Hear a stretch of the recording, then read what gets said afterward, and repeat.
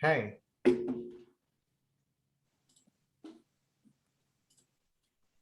Hello, good morning. Good morning. Right, we are back from the summer. It's been a while since we have graced your screens with our housing knowledge, but here we are back again. It's really great to be back. There's been obviously a lot to talk about. CIH was quite interesting, was it not, Andrew? Yeah, it was. It was nice to see a few people, see our clients, some new ones. It was fairly quiet, but there was some moments where it was quite busy, and obviously a lot of talk about stock provision and carbon zero and Fire safety, and very kind of low down was the kind of the development agenda. Really wasn't really talked about that much, to be honest. I met a change manager from a very large, one of the largest housing associations, whose sole plan was to stop development altogether just to focus on stock. I have not come across that before, but he wanted to grind it all to a halt. Really? Wow. Yes. Okay. Wow. It's just a definite shift now, isn't there, to the agenda and looking at your existing stock. So all fringe out, seminars were all about that in front of us on our stand. They were talking about that constantly for the 3 days. So joining us today, we have, let's introduce them, Sean Stafford from Stafford Cooper. Sean, welcome. Thank you very much for arriving today. Nice to see you all again. Nice to see all the attendees, some familiar faces on the attendee list, so that's nice to see. Hi, Sean. Yeah, absolutely. And now Sean is based, you're Manchester based, but you cover most of the north, don't you? Yeah, I'm very fortunate to have two distinct roles in housing at the moment. So we have a very large northwest based registered provider base, which covers the largest I should have warned everybody we have a fire test on a Wednesday morning. Fire safety is important, Sean. Yeah, so. we'll get to fire safety in a second. I think I've seen at your offices when that's gone off as well. Yeah, well, Wednesday at 10. We're here all week, Andrew. So yeah, we're lucky enough to work with a collection of registered providers in the Northwest, which collectively make up the largest consortium outside of London in terms of grant take. So we get to see everything from that end of the development spectrum. And then we're also fortunate enough to be the program managers for completely the other end of the spectrum. Nationally, we look after all the alms houses in the country. And to give you a sense of scale of those, there's about 1,800 charities. And the average number of properties that they own is 4 properties. So we get an insight into both ends of the spectrum, really. Excellent. Well, thank you very much, Sean. We're looking forward to your comments later. And I'd like to now introduce Mark Baigent. So Mark is a London consultant. His experience is fairly unprecedented. Mark, welcome today. How have things been going in London? Thank you. Yeah, I mean, London continues to be busy. The GLA recently announced its new programme. I'm working with Haringey Council at the moment, who have one of the largest allocations under the new programme. Haringey have got an ambition to build 3,000 new council homes in the next 10 years. And, on top of what councils are doing in terms of their own new build, there's also all the work with housing companies. There's a number of housing companies in London that are making great strides, and I'm working with quite a few companies outside London as well. So yeah, lots still going on. Okay, great. So let's start. It seems that people have begun to arrive. So without much further ado, I'm going to hand over to Sean here, and Sean would like to just cover these bases. Okay, Chris, thanks very much. Yeah, so if I can just take 5-10 minutes, something of that order, just to give you my perspective on a number of factors that I think are prominent in the marketplace at the moment. And then obviously I'm more than happy to enter into questions and answers or even a debate about some of these. So they're not in any particular order. I think all of these are prominent. All of these could affect delivery over the coming years. But as I mentioned in the introduction, we're fortunate enough to work for a large consortium. And as it happens, the consortium had a requirement to renew our contractor and consultant framework. And we've undertaken that exercise over the past 12 months. And whatever people on the call think about frameworks, they are something that we've all lived or learned to live with. And we now know how they operate. And in many ways, although sometimes we look back through rose-coloured spectacles, they do accelerate the process, certainly in terms of appointment of consultants. And up until the delivery of the current framework, I would have said we always had a very healthy engagement from our contractors. And whilst the framework which we've just placed was oversubscribed, the truth of the matter is that there was a significant drop in some of the categories in terms of the number of contractors looking to come forward for work within a framework arrangement. And a number of reasons for that have really boiled down to the first two items that I just wanted to cover this morning, which is the contractors are constantly reporting a difficulty in sourcing both on-site staff, so that's their own subcontract supply chain, and also the knock-on effect of the ongoing materials shortages, which arguably 18 months ago, many of us thought was either a COVID-related impact or potentially a Brexit-related bump in the road that would get resolved fairly quickly, and then we'd be back up to capacity and we wouldn't see the kind of things that we are currently experiencing. And perhaps the greatest example I can share with people on the call this morning is that in our particular framework, we put out an opportunity to work, and let's just repeat it one more time. These are the largest, or many of the largest RP developers in the northwest of England, and we were putting out an opportunity to do work of £10 million or more on each opportunity.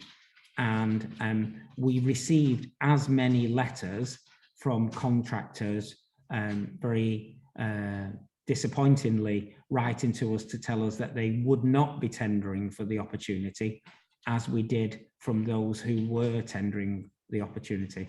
And those that were good enough to share the details were telling us that they already are at full capacity for the next 3 to 3.5 years. And as our framework has a 4-year duration, they didn't think it was justified for them to take up a place on the framework. At the same time, the vast majority of my working life as a consultant has been acting on the registered provider side of the equation.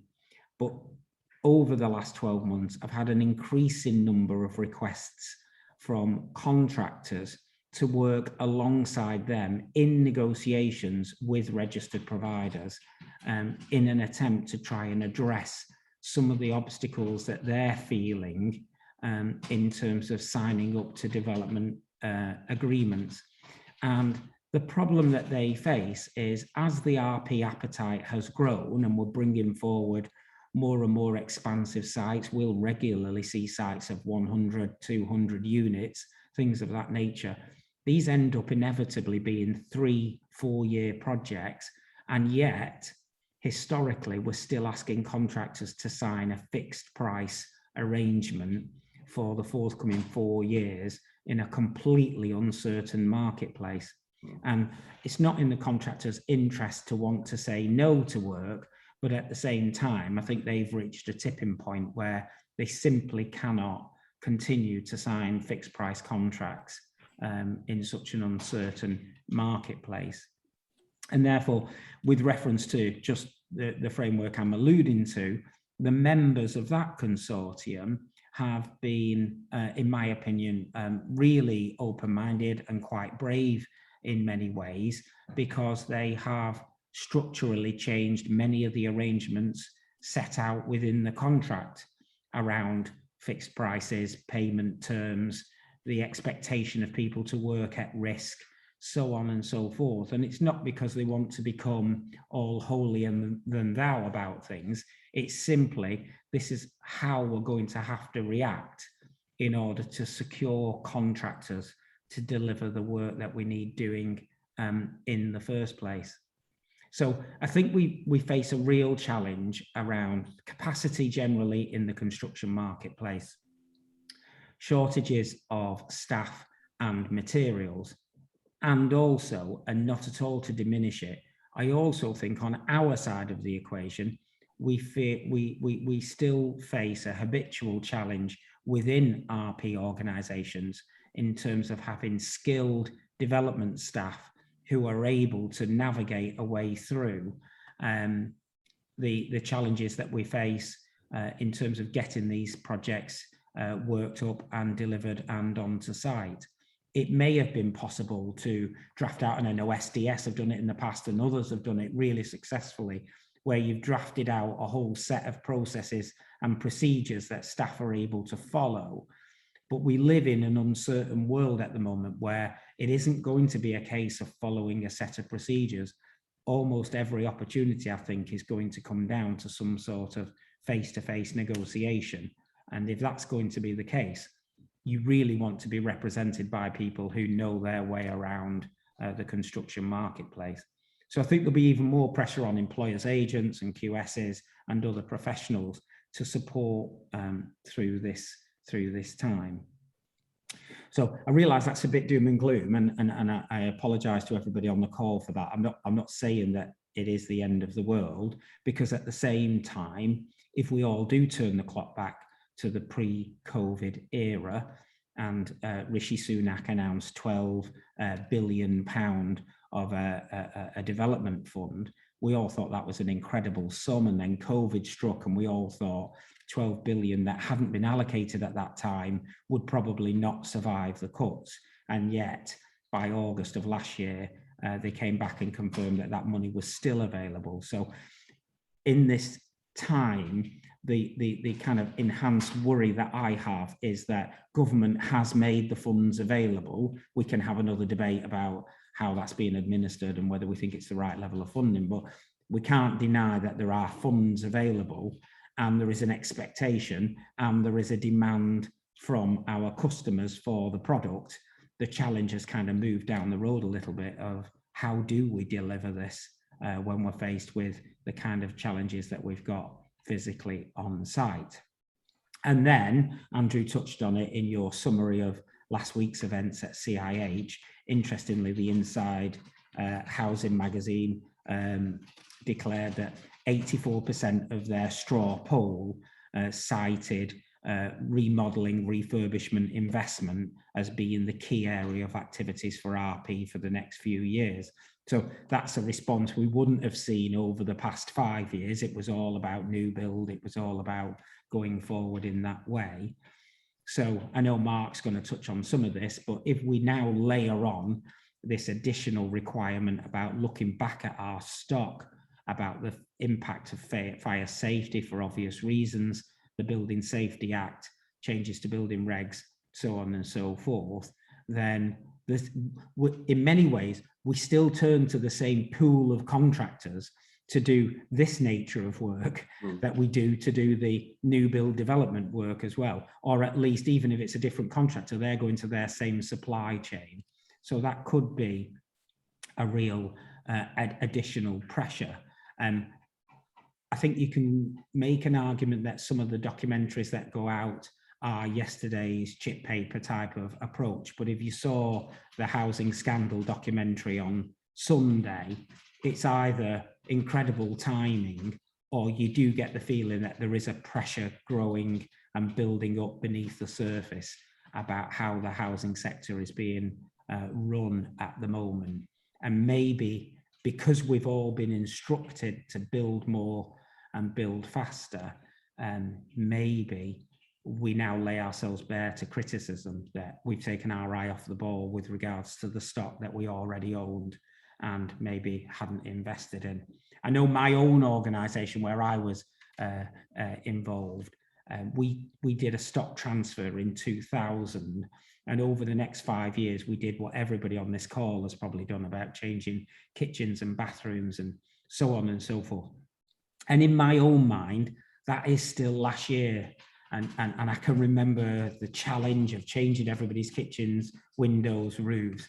And yet actually, if you stop and think, that's 21 years ago we started that process. Wow.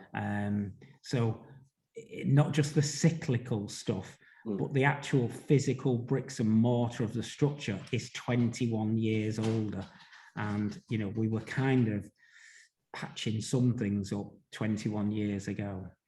So in summary, Chris, I think we do face challenges both in the new build environment and also potentially now if there is going to be a refocus back onto investment and remodeling of our existing stock.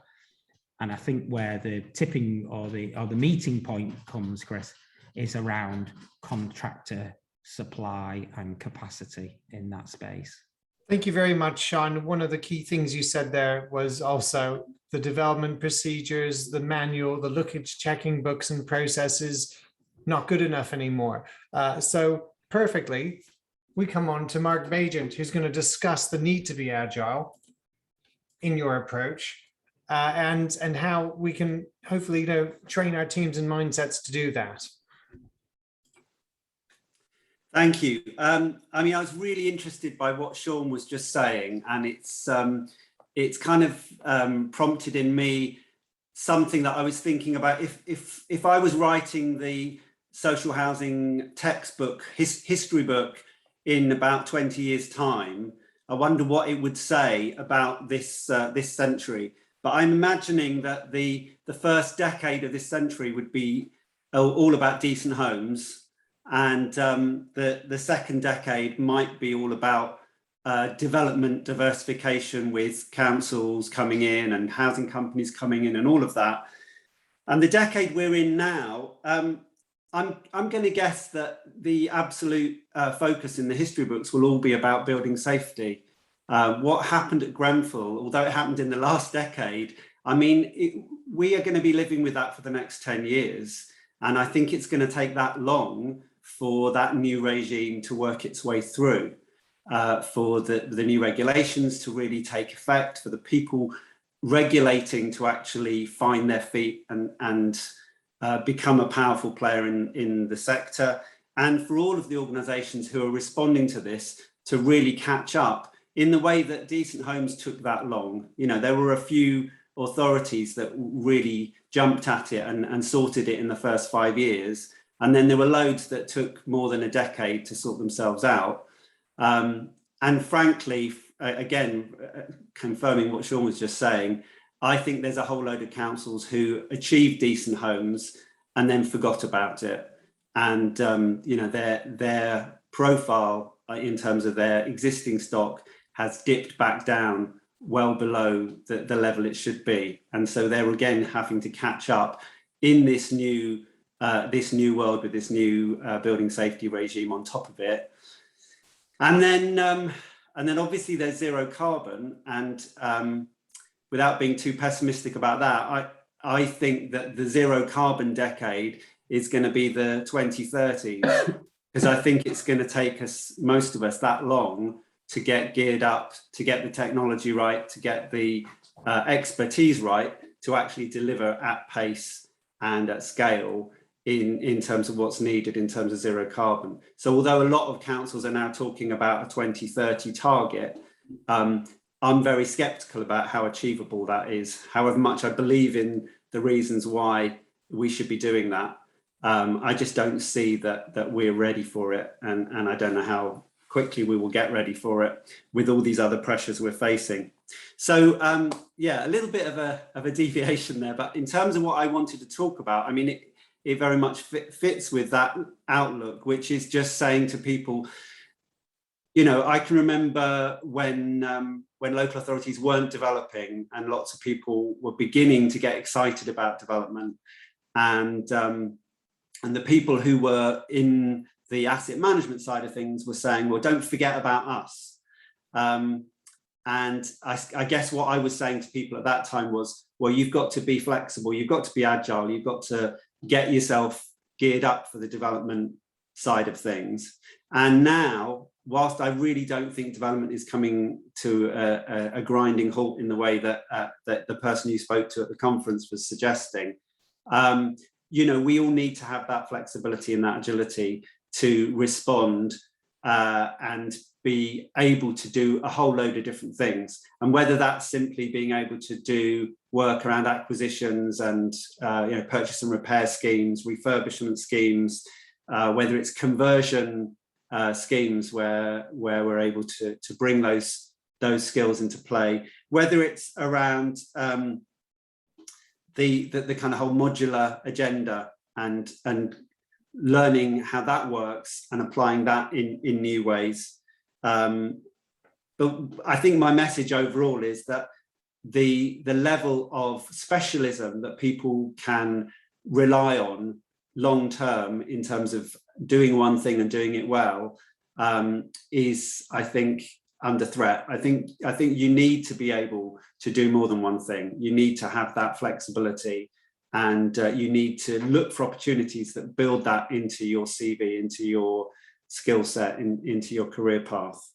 I think it's really important to think beyond your existing organisation, however important loyalty and commitment is to your outlook. I think it's really good to work with other organisations, whether as partners or to actually move over into other organisations. And I'm thinking particularly about people who maybe have worked for an RP for years, trying moving over into the local authority sector or into a housing company or into a private development sector, trying out those different roles and learning from that and having that wider ability to see the world in different ways and work in different contexts. I think in terms of, again, what Sean was saying about all the new regulation, you know, adding into that mix what's happening around planning, and obviously we still don't know the full extent of how that's gonna come through in the legislation. But the years and years when we've relied on Section 106 agreements and the work that's gone into negotiating those, and what may be coming in terms of a new levy approach, you know, it's very significant. And you know, there's a lot of people who are concerned about how that's going to land, how it's going to work out in the detail. But again, it's just being ready to find new ways to address that with development partners, with private sector developers, if you're coming from a local authority background. And for the RPs, again, it's that emphasis on where RPs can secure land and deliver without relying on a Section 106 partner. So I think, again, that's something, if you haven't done that, it's something that you need to get into in order to learn those skills and for an organisation to learn how to manage that financially in terms of risk management and so on. So I think, yeah, that diversity of approach is the key thing. Tenure mix, again, is another part of that. So, you know, our local authorities now building for sale, our local authorities now building shared ownership, even doing private rented accommodation through housing companies and so on. That ability to understand what product works in different sectors and different tenure types, understanding what you do differently in terms of the development process in order to develop that product for that particular marketplace, and looking particularly at the financing as well, and understanding how the way you attract funds is different for different types of product, and also the way you pay back debt and the way that you structure the finances of those schemes. So again, those are things that it's really worth people getting to understand and getting to know. It's not a straight grant in, product out, pay back your 30-year debt profile. In a lot of these cases, there's new ways of financing it and new ways of making it work.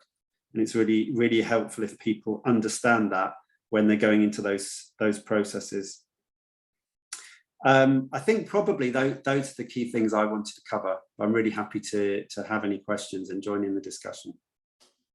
Thank you very much, Mark. Just before we go to Sean, I would like to invite anyone watching this to join us. So if you want to jump in and have an actual conversation with us, I will promote you to a panelist. Let me know. There's a few names there that I think I would love to join us.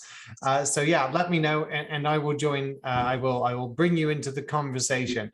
Right. So Sean, let me know what was your response to that? No, thanks. And I thought Mark really summarised, that side of the dynamics really, really clearly and really well there. My mind was wandering as I was listening to both myself and things I was saying, Andrew's introduction earlier, your own comment, Chris, and then Mark, because if we landed off the moon last week and you looked at the housing press, on Monday, Homes England, quite rightly, were celebrating the allocation of £8.4 billion to support house building through strategic partnerships for the next 5 years. It's like there's an insatiable appetite to deliver new homes over the next 5 years. And yet by the Wednesday, you were hearing comments like, if it were up to me, I'd be stopping development and switching all the way to investment. So I think either of those are kind of polar extremes, and it's not that either extreme is going to be right. I think the challenge is going to be how do we do both, or a little bit of both of those at the same time. And taking my point of earlier about lack of capacity in the marketplace, and if you mingle that with some degree of refocus to an investment and remodeling and that kind of agenda, actually, on behalf of the people I work with, a slight depressurization of development might not be a bad thing, because at the moment we're all tripping over each other to compete for the same opportunities. So actually maybe calming some of that down wouldn't be that bad a thing. Thank you, Sean, and welcome, Joe. Joe, thanks for joining us. It was good seeing you at CIH as well. You're probably one of the only people who was there with us. Thank you, guys. I'd have dressed up and done my hair if I knew you were going to do this. Don't need to do that. Yeah, just to kind of jump in, I'm with Sean and Mark on this, and I think some really good insights from Mark at the moment. Just there. We're a small team at Weavervale. We are, I say small but perfectly formed, but the extent of the challenges facing us at the moment, and the need now to really start to think about different ways of delivering. That's a huge prospect for an organisation like us, where just the day-to-day of kind of setting up program, keeping things ticking along, and the scale of the challenges facing us now. And for me, I think it's that partnership working, and Sean and I work really closely together through JV North, and I think it's about being on that journey together and learning together as a sector. And there's times where we compete with each other, and we all kind of are in our own competitive situations in certain areas, but I just think there's so much we need to learn from each other now and work together, because we're all facing the same challenges moving forwards, and particularly to a small organisation like ours, that kind of strength in numbers is absolutely key.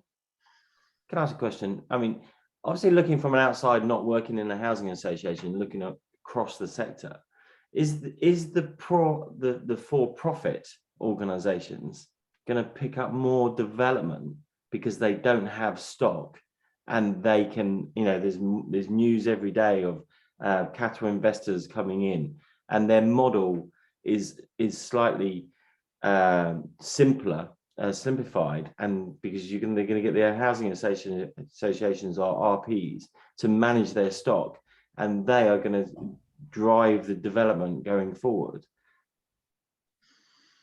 Yeah, I mean, I think there's going to be, you know, my view on that is I think there'll be a place for them. Certainly, you know, Sean, obviously, you know, housing crisis, the scale of the challenge, the fact that, you know, some organisations with that stock will now have to focus on that investment, and they're relatively unencumbered in that respect, aren't they? So I'd suggest, I think that there's room in the world for all of us. I think what we need to be careful about is not competing against each other to the extent that, you know, we're just inflating prices across the sector though. Do you think local authorities are already doing that?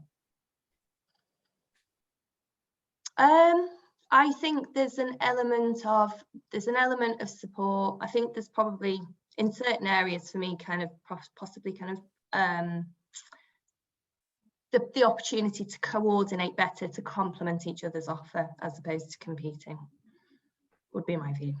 Just to chip in on that, Andrew, I mean, I think you raise a very good prospect. The last 3 requests we've had as a business to help somebody with registration has all been from for-profit providers.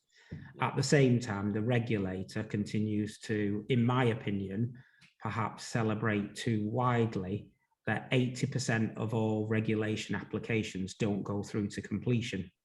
And I think that's largely because a number of people entering our world, and we've all got the kind of scars to show, it is a heavily regulated process. So when people get into the bones of what's involved in just going through the regulation process, they decide it's too much trouble.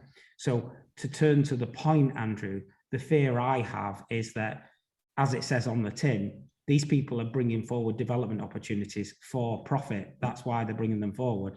The idea that they're then going to transition them on to a housing provider, the worry is that a housing provider with a board that set an ambition target of X number of homes a year, that business must be tempted to take stock that actually isn't really its core business or what it's about or for the people it really wants to house.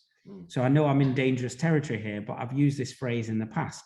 I still think we have something of an identity crisis going on in some aspects of our RP cohorts as to what are we as a business? Are we a housing business that does a little bit of social, some affordable, but lots of for profit, in which case we've got 3-4 very different customer bases? Or are we very polarized and we're simply for profit, or we're simply for housing economically some of the most challenged people in our societies? I still think some of us are struggling with that identity aspect. I was thinking maybe if I come here in Simon, welcome. The sort of local authority perspective. So obviously for a local authority, we still have the requirement to house people, and the housing demand and the housing need and the affordable housing need is still there, whether we build or not. So building is a part of our business. Sorry, is my internet slow? Yes. Sorry. Yes, so building is part of our business, but we've also got another part of our business, which is housing people. So we still have that pressure. And I suppose the other part that I bring in there is around right to buy and the loss of our stock, and whether there's something local authorities, focusing on existing stock and trying to retain existing stock to not reduce the amount of affordable housing. Thanks, Simon. That's Simon from Hackney, everyone. Simon Theopol from Hackney. Yeah, so that is one of the biggest problems right now, and some of the people I'm talking to have just readjusted their housing targets, and they've scaled them down. They've agreed to do that with the board because there's simply no way they can deliver more houses or even keep their targets the same, depending on the level of stock that they have.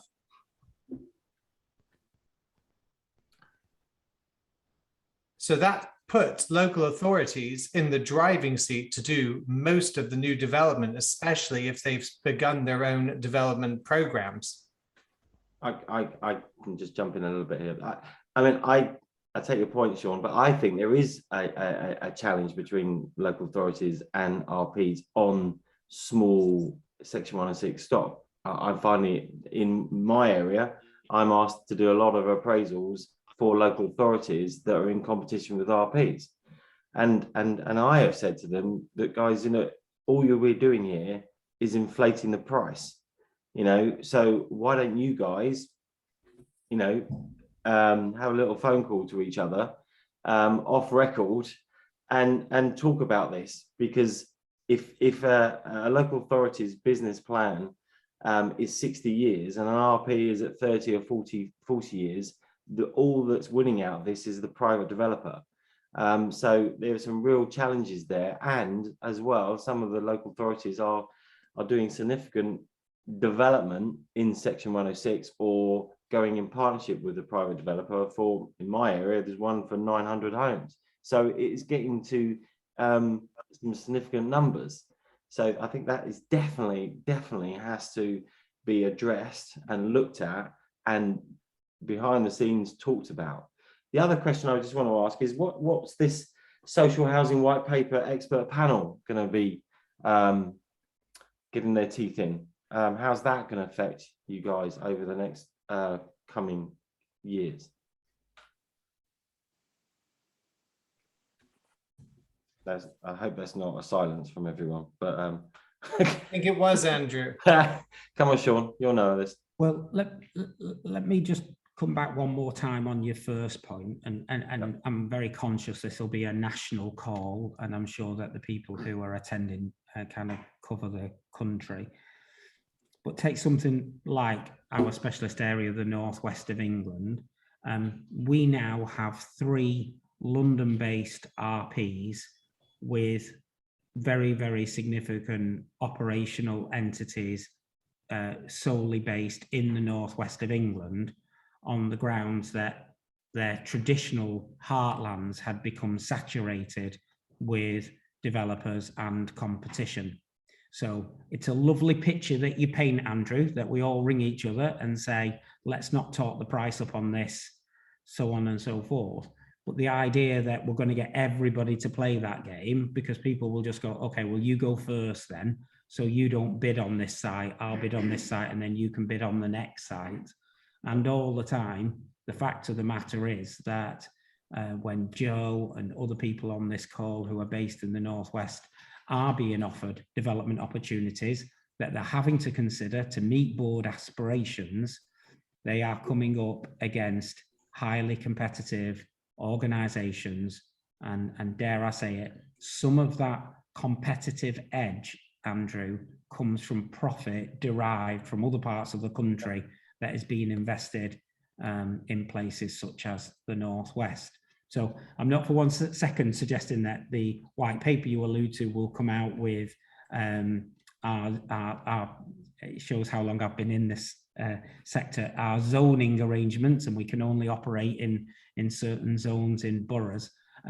But I would say that the complete free-for-all from the last few years, some of the major beneficiaries of that have been the landowners and the developers, and good on the developers. They take the development risk, so I'm not against them making a return on the money, but I do think that they have really taken advantage of the overly heated marketplace. I'm not suggesting that's the same throughout the country, but I do know that that's the same here in the Northwest. It's very difficult.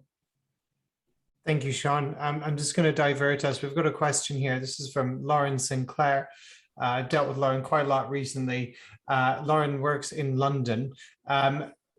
Lauren, working as an interim for a local authority, training is not available, but I'm happy to fund my own.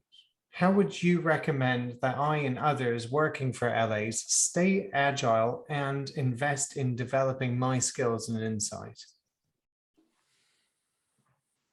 Join Sean's skill. Well, listen, I'll go first, but out of sheer embarrassment. But Lauren, I'm more than happy that you email me, and I'll liaise with you separately. But just to give people on the call a sense, this is something that the Northwest recognised, and we designed an end-to-end training programme for people such as yourself. And to give you a sense, Lauren, we made places available a week ago on Monday, and that had sold out by the Friday. And that's the kind of appetite that there is out there to bring staff through, because Simon was kind enough to join us on the call, and I'm sure Hackney have got ambitions, and I'm sure that they'll be able to bring some people in.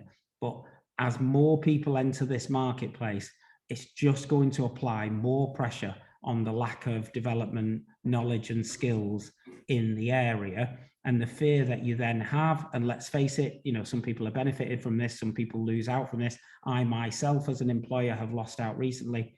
You just got this insatiable churn of people moving from one organisation to the other. And it's simply because we have a real shortage of skills and expertise. So our training programme is to try and aid that in some small way for clients here and in the Midlands. But if you email me separately, Lauren, I am aware of a couple of other ideas that are out there at the moment. I'll be more than happy to share those with you. But I think it's commendable from your point of view that I'm not sure you should be funding your own, but it's commendable that you want to actually learn and develop your skills still further, because this is going to still be an expanding area for the next few years. Thank you very much, Sean. And Simon? Yeah. So I was going to come in there. So I totally agree with that. I think the skill set, particularly within local authorities, is weaker or more spread, because local authorities are more used to having monitoring the expenditure, which is funded by a certain source, and development finance is so different. And getting that mindset to move to all of the risks and management of all the elements is very different. Another option is look at Future of London. I know they run some programs, particularly in the London area. But similarly, I'd also offer some time and show of SDS ProVal and how that works, because actually the system that you use helps you understand the finances of the development. So yeah, more than happy to chip in there and help out as well. Thank you. Joe Fallon. Yeah, I mean, just to come in on that with Sean and with Simon there, just for people on the call, the organisation I represent, Weaver Vale Housing Trust, we've set up our development programme from scratch over the last 3 years. So they've been really pertinent issues for us to consider, particularly in terms of bringing in new staff and making sure that they have the right mix of skills. And we've linked into all of those things that Sean and Simon suggest to make sure that we are continuing to develop and support our staff. And I suppose a further shout out to SDS, because I think calls like today are really important to debate these issues, to build our networks and to continue to talk to each other. There's not loads of formal training in the sector. There's not, a magic kind of bullet for, you've done your course and now you're a fully fledged project manager. And a lot of it is down to, experience with the sector's constantly changing. So I think these conversations continue to be really important. Yeah, and I'll pick that up from SDS's point of view. We're happy to support Sean on his training, and we will do going forward. And if we are always been happy from our founder is to share knowledge, and I think it's really important that viability, it can be complicated, it can be quite detailed, can be complex, especially different tenures, different things you're doing. But we are here to help, and not just sell you software, but just to support you of understanding how it relates to the sector. I mean, that's always been my kind of side of it. Let's teach people, learn and share that knowledge and test and trial. So we're happy to support that process. And I think, I'm thinking here that, we can help more in that part. So, you know, so that'll be something I'll definitely sit down with Sean and talk about, and maybe expanding and supporting things that's going on in London as well, and we can do it under the SDS badge, definitely. Yeah, we want healthy housing associations and local authorities, and when they're healthy and happy, so are we. So yeah, I think what Mark picked up on earlier on. I mean, I've come from the private sector, so you know, my experience from a land buyer's point was very kind of grounded, and I think sharing that and with the private sector is invaluable. You know, if someone could have worked some time in an RP, some time in a local authority, and some time from the private sector, they had a really good skill set across the sector and enhance what we do. And if SDS can help bring that together, you know, we have Persimmon Home is our biggest client, we have a local authority, Hackney is our biggest client, we have Riverside as the biggest client. So we've got a very good position to kind of bring this together, and we're happy to help as best we can. Yeah, and if any of the things you want to talk about today, if there's anything you want to discuss further, I've got my Calendly link there. You can book a discovery call with me, and yeah, we can talk about anything, literally from the subjects. Future webinars, we have a full lineup planned. I say full, that's still me being American. We have an autumn lineup planned. In the October, we're looking at the regulator update. We've been speaking to them, and there's something on the way that hopefully they're going to come and talk to us about. We're going to be looking at a sales shared ownership market review in September. And then one other, I can't remember. Oh, hello, David Gibson. Great to see you all at CIH. And the AILS, still struggling with small sites TSE to OMV at 128%. Bigger local issues and impact, but what cost increases are others seeing? Is 20% materials uplift from early 2021 realistic? Yes. I think you're not far off. We deliver smaller sites. We do struggle with viability, absolutely. And I think importantly, going back to Sean's point earlier, it's appetite from contractors for some of those small schemes. You know, we've seen the contractors that would typically deliver small schemes moving into a space where they're delivering much bigger schemes now. So just finding contractors to deliver those. And over the last quarter, the employers agents we work with are certainly saying that in our part of the sector, the inflation on cost is outstripping what the likes of the BCIS and the tender price index is showing by some margin. Yeah, I think just to supplement that point, David, we can kind of do some analysis and have a debate about whether it's 20%, 15, 25, whatever. I think the more worrying prospect is there's no immediate looking forward. There's no immediate obvious change on the horizon. So BCIS and the like are all retrospective, looking backward type measures. You know, when we thought some of what we're experiencing was a COVID problem or a Brexit problem or whatever it was, at least we could hang our coat on something and say, right, well, that's what we're going to do, and it'll be short term, and then it'll all return to normal. At the moment, yesterday's problem was steel, then it became plasterboard, now it's timber, tomorrow it'll be decoration, whatever it might happen to be. There's just no change on the horizon. I think that's the more worrying prospect. And maybe without doing Chris's job, just to summarize this whole thing together, the challenge is going to be, how do organizations, whether the local authority, for profit or traditional RPs, how do these people with scarce skilled resources navigate a way through when you've got contractors who, let's face it, they themselves have over the last decade got so used to being allocated work via a tender on a JCT form of contract that transfers all the risk, so on and so forth.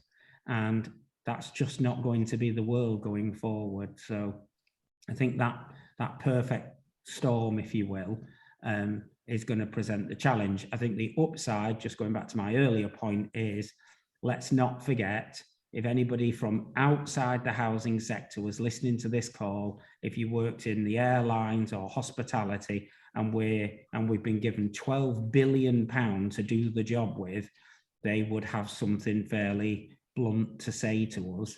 The fact is, we have got an opportunity to do it. What we need to do is work collectively to find a way through it, I would suggest. Thank you very much, Sean. Anyone else? Any closing remarks? Okay. Well, thank you, everyone. It's been a really great morning. It's so glad to see you all again. We do have some other webinars coming up, so please do look out for them. Thank you, Sean Stafford, Mark Baigent, Joe Fallon, Simon Theobald. It was so good to see you all. Yeah, and everyone have a really great week. Thank you. Take care, Thanks, guys. guys. Take care. Bye now. Nice to see you. Bye.